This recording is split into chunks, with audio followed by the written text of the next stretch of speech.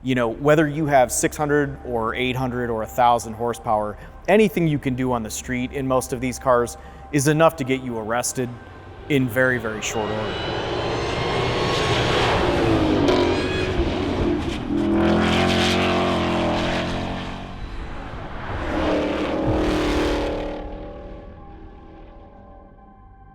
I don't really care about running a 9-second quarter mile versus a 9.5 versus a 10 or a 10.5. It's all sort of academic to me. But if I am on a winding mountain road, I want the car that gives me the maximum driving dynamics experience that I can get.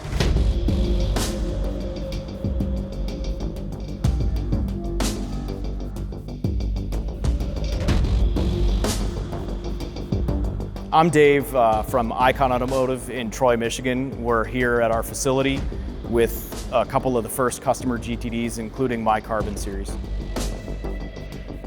It's an important car for Ford because you can see that they're broadening the global reach of the Mustang brand, getting into GT3 racing globally, sort of rounding out the lineup from V6, GT, Dark Horse, and it makes sense if you're going to race competitively around the globe to have a road car that sort of has the spirit of top-level global motorsport racing.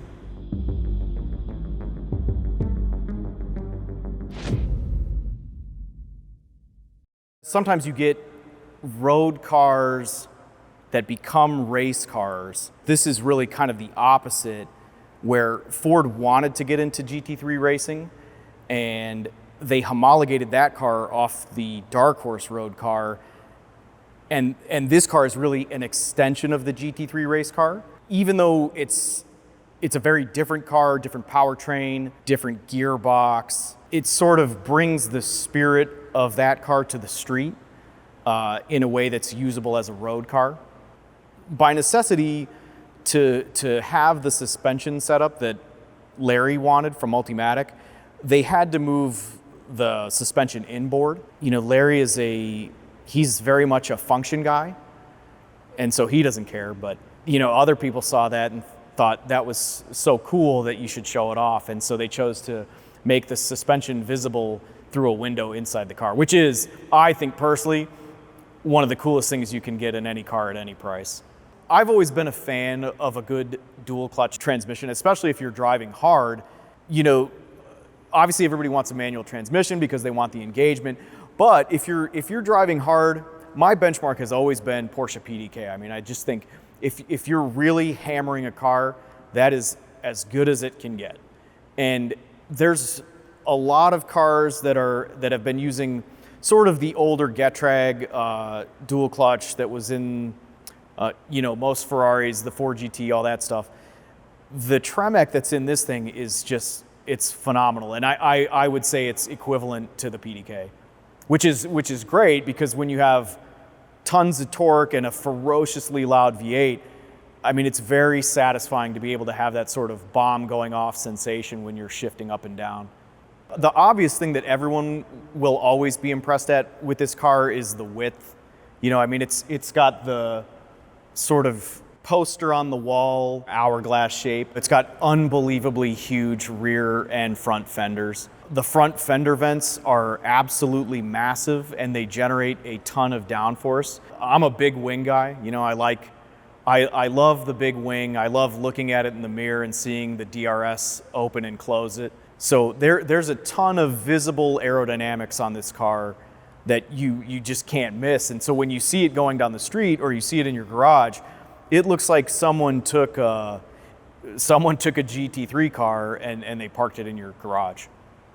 GTD is unique because it ticks a lot of boxes as a really track-oriented street car that is also sort of got unique driving dynamics. You know, usually you get something like a GT3 RS or a AMG GT Black Series, and it can be a pretty punishing road car.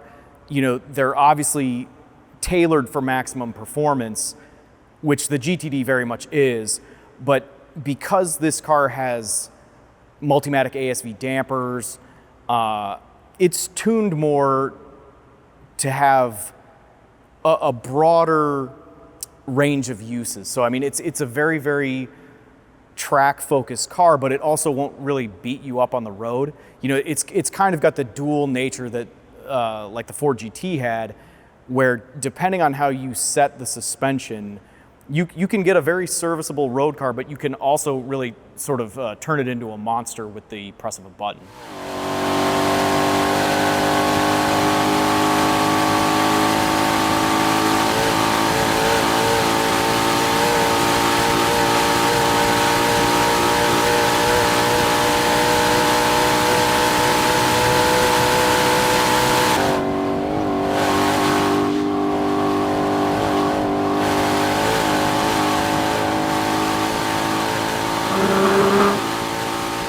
You know, obviously that was an internal goal from the start, was they wanted to go sub-7 at the ring.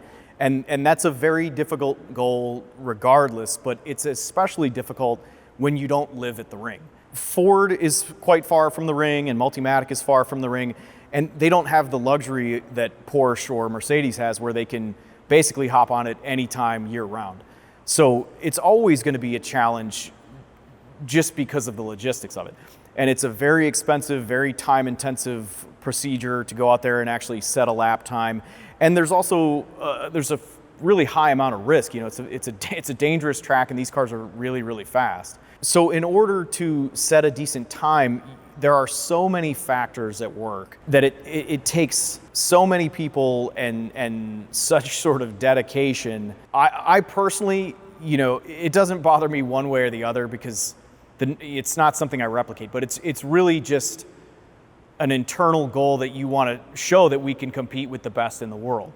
And so this car went sub-7, then they went back and they went even faster, and they're very, very close in the ballpark of the 3RS and the Black Series. So it took a lot of engineering resources, the ability to change on the fly, and obviously Dirk Mueller, who's a phenomenal driver. You know, you have to be willing to risk quite a bit in a street car, cage or not, to obtain that kind of time on that circuit. I think going under the bridge, he was going probably 192, 193 miles an hour. That requires significant bravery.